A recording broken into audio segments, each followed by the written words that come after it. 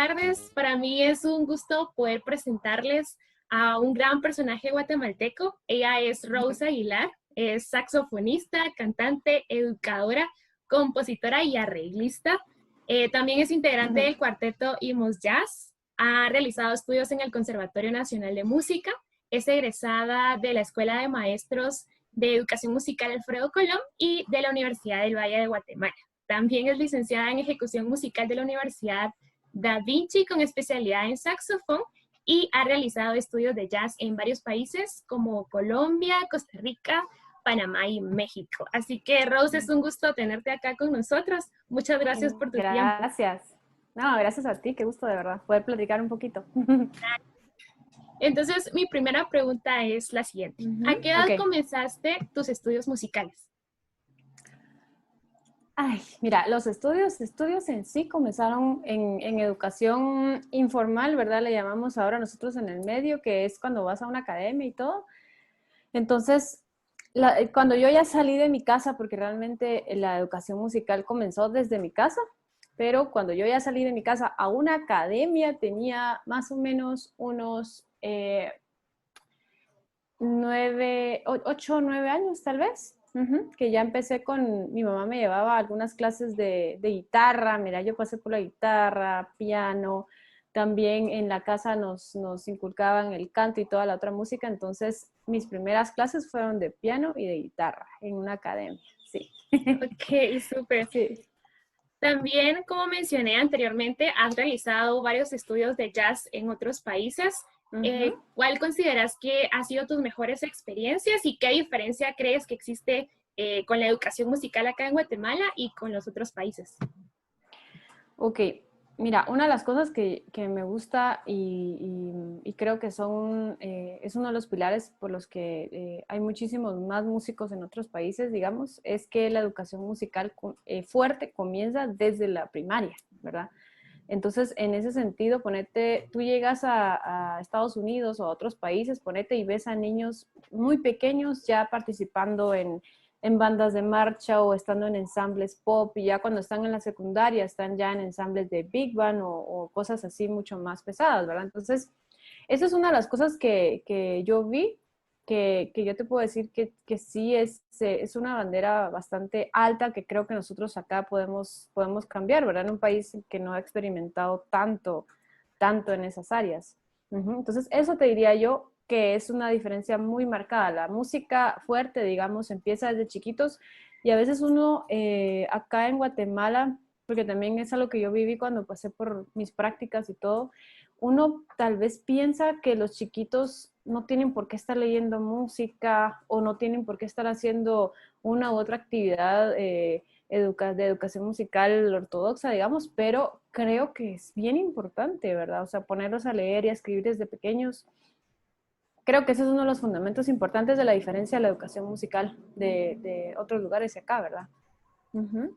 Y con tus experiencias, ¿cuál crees que tal vez fue tu mayor reto cuando fuiste a estudiar a otros países?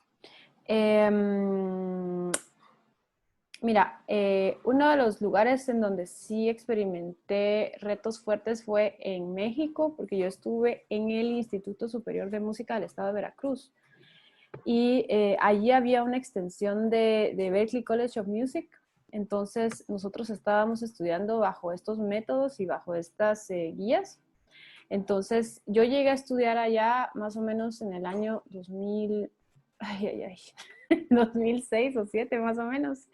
Y uno digamos, de los retos fuertes que tuve fue mi instrumento, ¿verdad? Yo iba con el saxofón. Entonces, el instrumento que yo tenía en ese entonces era el mismo instrumento que mi papá me compró la primera vez, ¿verdad? Mi primer saxofón lo tuve en el año 98, imagínate. Yo con ese saxofón me fui a estudiar afuera y cuando llegué, pues mi profesor de saxofón era muy estricto y me hablaba, no, ese saxofón no sirve, no, ese saxofón no lo quiero ni ver aquí, no. Entonces, esa fue una de las cosas que, que a mí me representó mucho reto. Y aparte de eso, digamos, el área musical y todo, pues yo creo que me manejé bastante bien. Pero lo otro bonito, que no fue un reto, sino más bien una bonita experiencia, fue ver a diferentes edades de estudiantes, ¿verdad? Éramos músicos de todas las partes del mundo, todas las clases eran en inglés, español, y lo bonito fue ponerte a estar en un círculo de 30 saxofonistas, ¿verdad? Tocando de diferentes edades, haciendo diferentes programas y viendo, ¿verdad? Que hay niños más chiquitos que uno haciendo 3 veces las cosas que uno hace, ¿verdad? Y viceversa, pues hay adultos y bueno, hay diferentes edades, ¿verdad? Ya me imagino de que todos hemos pasado por esa experiencia de ver a niños chiquitos haciendo las cosas mejor que uno, ¿verdad?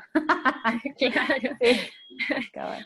Bueno, gracias. Ajá. Ahora, con respecto a tu carrera artística, Ujú, también, ujú. ¿cuál consideras que ha sido uno de los mayores retos como intérprete y compositora acá en Guatemala? Fíjate que, vamos a ver, cuando empecé muy, muy chavita, yo lo que quería era que me escucharan y que me vieran, ¿va? Entonces, yo acompañaba a mis amigos a donde fuera, decían, mira, vamos a grabar nuestro disco, voy, ¿verdad? Les ayudo a lo que sea, ¿verdad? Y ahí me estaba yo metiendo en los estudios y conociendo gente, y yo les decía a los músicos, mucha, miren, invítenme a tocar, no me paguen, no me importa, ¿va? Lo que quiero es que me escuchen, que me vean, y como empecé solo tocando primero, no cantando tanto, ¿verdad? Antes solo la mayoría del tiempo estaba tocando y ahora de hecho es al revés, ¿verdad?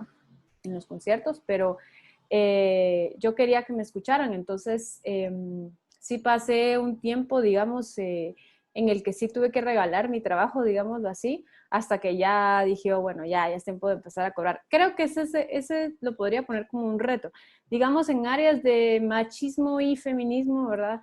No tuve muchos problemas. Yo creo que la industria de la música en aquellos años era un lugar muy de hombres, ¿verdad? Entonces, lo que yo aprendí fue adaptarme, a convivir con más hombres que con mujeres ya en el área laboral y todo. Entonces, creo que esa fue una de las cosas que me ayudó mucho, ¿verdad? Lograr adaptarme, lograr entender el lenguaje, ¿verdad? Las expresiones, la forma de trabajo.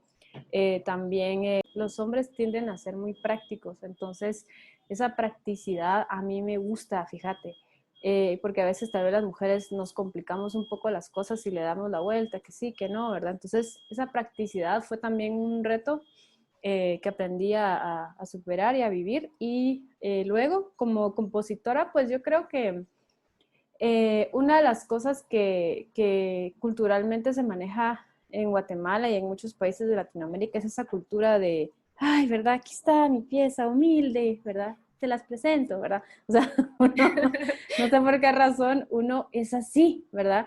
Entonces, en aquellos años, imagínate, yo estaba empezando a hacer música y hacer cosas y de repente hago una canción, pero me da pena enseñarla, ¿verdad? Porque a ver qué van a decir y como soy la única mujer del grupo, a ver qué pasa, ¿verdad? Entonces, creo que sobrepasar ese miedo, ¿verdad? Al qué dirán y a que no me importe qué digan, creo que fue también un reto importante. Es algo que yo quería decir y componer música, pues es ponerte en un papel, es representar una historia, ¿verdad? Es exponerte ante la gente, entonces tenés esa sensación de que todos te están viendo, los ojos están ahí, que te están criticando y que no sé cuánto. Entonces, esos son como que los retos, diría yo, fíjate, como que sobrepasar ese miedo y que no te importe nada. Ok, gracias. Sí. Ahora, también mencionaba que tú formas parte del cuarteto Vimos Jazz, ¿verdad? Ujú, ujú. ¿Cómo surgió la idea de este grupo? Pues mira, el Cuarteto Imosh fue fundado por Víctor Arriaza, que ustedes lo conocen, ¿verdad? Él es el pianista. Entonces, él fundó el cuarteto en el año 2004 y él tenía primero una alineación de trío, ¿verdad? Estaba Alejandro Álvarez en el contrabajo y a veces participaba Julio César García, que con cariño le decimos Cuico, en el medio, y entre veces estaba Juan Carlos Batres, que fue el primer baterista, ¿verdad? Entonces ellos trabajaron así hasta que nos conocimos con Alejandro en una academia muy popular en esos años. Nos conocimos más o menos en el año 2005. En el año 2006 Alejandro le habló de mí a Víctor, pero ellos no estaban muy seguros, dicen que a ver si me gustaba el jazz. Entonces, no sabían si invitarme o no, y Víctor, no, a ver, esos chavos, a ver qué, pero que sí, sí, ¿verdad? Entonces, ahí fue donde yo entré al grupo y fue cuando empezaron a rotar los bateristas en el grupo, ¿verdad? Porque estuvo Juan Carlos, estuvo el Cuico, pero luego se salieron, luego vino Meme Ruano y así. Entonces, básicamente nos mantuvimos nosotros tres por más o menos unos 7 años, diría yo, un poquito menos. Cuando ya vino, entonces ya entró Luis Pedro González, yo creo que ya lo conocen también. Él ya participaba con nosotros, pero tocando cajón o tocando guitarra. Entonces, cuando se incorpora a Imosh, pues él viene a tomar el papel del bajo, Alejandro se va, y viene David Batz, que es el baterista actual.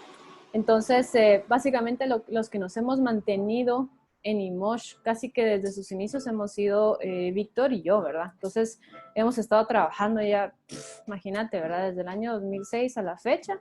Y hemos visto la transformación de Imosh Jazz, ¿verdad? A lo largo de todo este tiempo, que sí, antes éramos un grupo muy de estándares y ahora nos estamos convirtiendo en otra cosa, ¿verdad? Imo ya ha desarrollado bastante tanto en escena nacional como internacional. ¿Cuáles crees que han sido las mejores experiencias que han tenido con el grupo fuera del país? Ah, mira, fíjate que una que nos pasó una moto, espérate, voy a empezar a responder otra vez. Una de las experiencias que más... Otra vez. Ok, ahora sí, ahora sí. Fíjate que muchas de las experiencias han surgido porque me han llamado para representar a Guatemala en algunos festivales de saxofonistas o de mujeres en la música o de no sé cuánto. Entonces, así han surgido muchísimos de los llamados y eso en el camino nos trajo pues algunas puertas abiertas, ¿verdad? Muchísimas experiencias muy lindas, ¿verdad? Una de las que nosotros pues estábamos muy contentos de compartir fue en el 2015 cuando tocamos con Eric Marienthal en Costa Rica. Esa es una. Hemos tocado con muchísimos músicos, pero digamos de los famosos él, ¿verdad? Y ya aquí también en Guatemala pues hemos participado con el director del Departamento de Jazz de la Universidad de Nueva York. Dave Schroeder, también con Billy Bruce, que también es una eminencia en el saxofón allá. Híjola, hemos tocado con muchísima gente. Bueno, lo de Eric Marienthal, lo de Dave Schroeder, y creo que una de las cosas también que ya surgieron más adelante fue que empezaron a llamarme a otros festivales en donde solo podía llevar a un acompañante instrumental. Entonces ya con Víctor empezamos a desarrollar el formato jazz a dúo, ¿verdad? Entonces con la idea jazz a dúo hemos viajado mucho más y ponete el año pasado estuvimos en Colombia tocando con mi maestro de scat, Bob Stoloff, que es una eminencia también de la generación anterior de Berkeley también. Entonces, muy contentos, ¿verdad? Esas, creo yo, experiencias importantes. Otra también fue que también cuando nos fuimos de gira a México con Imosh pudimos tocar en varios lugares importantes del jazz allá. Uno de esos lugares es el 5 Jazz Club, que cuando nosotros mencionábamos, ¿verdad? Que miren, vayan a vernos al 5. Todos los músicos de allá se quedaban, van a tocar en el 5, ¿cómo lo lograron? Entonces, esa fue una de las experiencias bonitas, porque esa gira, digamos, la hicimos porque me invitaron a la UNAM a tocar para el Festival de Saxofonistas y me llevé a todos, ¿verdad? Vámonos. Hicimos entonces, armamos una gira en un foro, luego fuimos a tocar a la universidad, di unos talleres y ya luego fuimos a tocar a el 5. Y también el año pasado fuimos a Puebla con Víctor, ¿verdad? Con el formato Jazz a Dúo y tocamos en Jazzatlán, ¿verdad? Que es uno también de los lugares más codiciados por todos los jazzistas. Entonces logramos hacer una fecha ahí, también estamos muy contentos por eso. Entonces, mira, experiencias hay un montón, pero de las que me resaltan ahorita, esas. Ok, Sí. gracias. Ahora, con respecto a la educación musical, ¿qué te motivó a ti ser educadora? Mira, yo creo que el ser educadora ya lo traía desde chiquita, ¿verdad? Yo no sé, yo creo que muchas mujeres desde pequeñas jugábamos a ser maestras, ¿verdad? Y jugábamos a enseñar y entonces yo creo que esa es una de las cosas que traigo muy en la sangre, ¿verdad? El querer enseñar, el querer ayudar a la gente a aprender y yo misma aprender más. Entonces, eso creo yo que te podría decir que es mi principal motivación. Siempre lo he sido, solo que ahora ya estoy titulada para hacerlo, digámoslo así, pero siempre he sido una educadora. Entonces, cada vez que voy aprendiendo algo nuevo y me toca enseñarlo, ¿verdad? En la clase de armonía o qué sé yo, ¿verdad? Yo la verdad es que me emociono mucho con algunos temas. Me gusta mucho experimentar también y todas esas cosas que he aprendido siendo educadora, pues también he podido aplicarlas a mis composiciones y creo que es un gana-gana, ¿verdad? Estar siendo educadora y trabajando con todos. Gracias. ¿Y cuál crees que en este ámbito de la educación ha sido el mayor reto que has experimentado como docente? Mm, Mira, ahorita que estamos con la Universidad Da Vinci, prácticamente con Víctor hemos estado encargándonos mucho de los estudiantes del interior del país, en las sedes que se han abierto allá. Entonces, nosotros yo creo que uno de los retos con los que yo me he encontrado es la diversidad, ¿verdad? De estudiantes. Hay gente que no cuenta con algunos recursos, otros que sí, digamos, ponete, a mí me tocó dar el curso de piano complementario el semestre pasado, ¿verdad? Y cuando pasó todo esto de la pandemia, pues algunos estudiantes no tenían teclado en su casa, ponete. Entonces yo dije, bueno, ¿cómo vamos a resolver eso? Porque viven en una aldea que está no en el departamento, sino lejos. Entonces dije yo, ¿cómo podemos resolver, verdad? Entonces se me ocurrieron algunas ideas, hacer un piano de cartón, decirle a los estudiantes que trabajaran sobre una orilla de una mesa. O sea, creo que esos, te podría decir, esos retos muy puntuales, ¿verdad? Trabajar un poco con los recursos de los estudiantes, porque uno acá realmente vive una realidad muy distinta a la de ellos, ¿verdad? Entonces tratar de adaptar esas realidades, de ser un poco más consciente, de ser un poco no ser tan rígida, ¿verdad? Tan estricta, sino comprender más, ¿verdad? Ser más consciente. Básicamente eso creo yo que ha sido uno de los retos más fuertes que hemos tenido en estos tiempos y todos los maestros, así como me decías tú también al principio, ¿verdad? Todos creo que no, la mayoría no teníamos tanto material didáctico como tenemos ahora, ¿verdad? Nos ha tocado hacer tutoriales, videos, presentaciones, aprender sobre programas de grabación, ¿verdad? Híjola, muchísimas cosas. Yo estoy aprendiendo sobre cómo conectar un teclado MIDI bien a la computadora y una interfase y no sé qué. Entonces, imagínate, eso para mí es un reto porque no es algo que yo controle al 100%, ¿verdad? Ponete. Entonces, esos creo yo que han sido los retos últimamente, pero en general realmente yo he tenido experiencias muy buenas en siendo educadora. Creo que me han tocado grupos muy bonitos, también cuando estuve trabajando en el área de academias, ¿verdad? La iniciativa privada, con el trabajo que hice con Casa Instrumental desde el año 2009, ¿verdad? A todo lo que vivimos ahí, pues también me ayudó muchísimo a mí a organizar qué quisiera yo qué quiero que los estudiantes sepan, ¿verdad? ¿Qué quisiera yo dejar? Entonces, toda esta experiencia me ayudó, digamos, a organizar programas, ¿verdad? A organizar contenidos, a aprender a dosificar, ¿verdad? Yo creo que ese fue un reto muy bonito también que viví en este mundo empresarial de la educación. Uh -huh. Gracias. Y ya para cerrar con esta pregunta, creo que hay muchísimo de Okay. lo que me gustaría preguntarte, Okay. pero me gustaría cerrar con esto por el enfoque también de la clase, que es música contemporánea. Uh -huh. ¿Cuál sería tu consejo para los músicos que están comenzando en el camino de la composición? Ok. Mi consejo va en que no dejemos, ese es uno, ¿verdad? No dejemos pedacitos de canciones regados.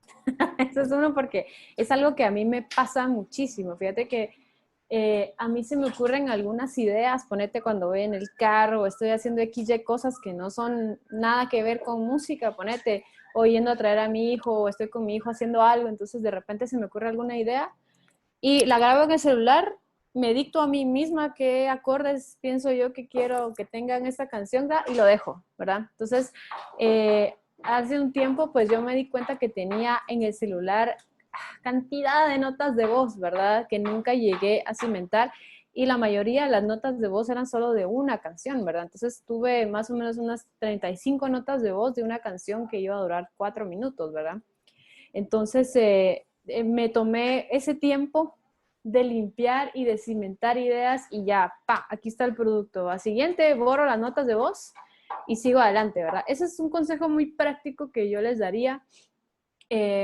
Por supuesto, siempre está el clásico consejo de en ti mismo, ¿verdad? Pero en ese sentido creo que el consejo más bien sería reconocer tus valores verdaderos, ¿verdad? Tus talentos. Uno a veces tiende a decir, ahí voy, ¿verdad? Poco a poco, ¿verdad? Como Dios me está ahí, y uno baja mucho la cabeza, pero qué bonito es cuando encontrás a alguien que te dice, mira, aquí está una canción, me encanta cómo me quedó, escúchala, ¿verdad? Yo creo que es mucho cuestión de actitud y de saber quién sos realmente, ¿verdad? Yo creo que esa es una de las definiciones más bonitas de humildad que he encontrado, sino humildad no es ser con la cabeza abajo, ni ser pobre, por ejemplo, ni esas cosas, sino más bien es reconocer quién sos realmente. Yo soy Rosa Aguilar y hago esto y esto y esto y esto y esto, punto. No digo, ahí más o menos voy, ¿verdad? No, sino siempre me presento así, ¿verdad? Porque creo que yo lo tengo que hacer, ¿ok? Ok. Y el tercer consejo que les doy es no tener miedo de exponer una canción. Uno cuando escribe una canción, pues está desnudando el alma, ¿verdad? Está tratando de plasmar alguna idea y a veces tienen letra, a veces no, pero está uno muy al ojo de la gente, ¿verdad? Entonces, cuando yo empecé a escribir música y se las empecé a pasar a mis compañeros de Imosh hace muchos años, esos eran uno de mis miedos, ¿verdad? Porque todos ellos muy conocedores, muy críticos, aportando siempre, ¿verdad? ¿Qué tan buena idea sería cambiar esto? ¿Y qué tan buena idea cambiar estos acordes? Mira, Rose, esto no me gusta acá, ¿podemos por favor no sé qué? Entonces, mi canción era mi canción, pero todo el mundo la estaba tijereteando, ¿verdad? Entonces, llegó un punto con el grupo que ya creo que nos complementamos bien y yo iba aceptando bien las ideas y todo, pero siempre respetando lo que yo quería decir, ¿verdad? Con la canción. Entonces, creo que es eso, como no tener miedo, trabajar con un buen equipo de personas, ¿verdad? Eso también creo que es bien importante porque si ponete, estás trabajando con una persona que está encima, encima, encima y nada le gusta y todo lo critica y no quiere nada y aparte de eso no hace nada, entonces es complicado, ¿verdad? Una persona critica, critica, pero nunca hace nada y nunca aporta, pero siempre está ahí, ¿verdad? Encima, entonces creo que es algo que yo también aprendí. Yo voy a trabajar con la gente que yo tenga buena química y punto. Y con la gente que no, no, ¿verdad? Es tan sencillo como eso y uno a veces se busca verdugos, ¿verdad? Querés entregar una canción, pero tenés siempre a una persona que va a ser el verdugo, ¿verdad? El que va a estar diciendo, no, ay, qué feo, ay, no, esto no es jazz, ay, no, ay, qué, ¿verdad? Siempre va a haber una crítica así, entonces, tú sos tú, tu expresión es tu expresión, tengo esta canción, esta es una idea rock pop, ¿quieren participar? ¿Sí? ¿No? Va. ¿No? Ah, va. Ok, gracias. Te puedes ir del ensayo. ¿Verdad? Entonces, esto, tener un buen equipo de trabajo, no tenerle miedo a presentar una canción, también no tenerle miedo a un buen aporte, ¿verdad? Yo también lo aprendí con ellos, que ponete, Víctor es una persona que conoce mucho de armonía, ¿verdad?